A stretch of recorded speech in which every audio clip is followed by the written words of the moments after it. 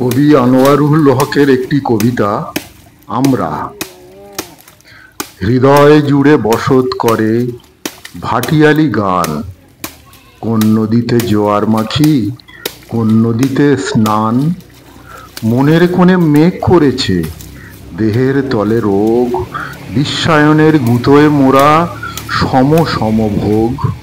বান ডেকেছে মরা গাঙে, জোয়ার নদী কাঁদে, বাসমতির পেটেন্ট পেয়ে বিদেশিনী রাঁধে।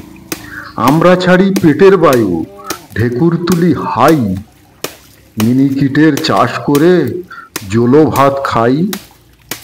এখন সময় কমায় নাকো কামনার চোখ, টিভির আলোয় মন রেখে ভোলায় শুধু শোক।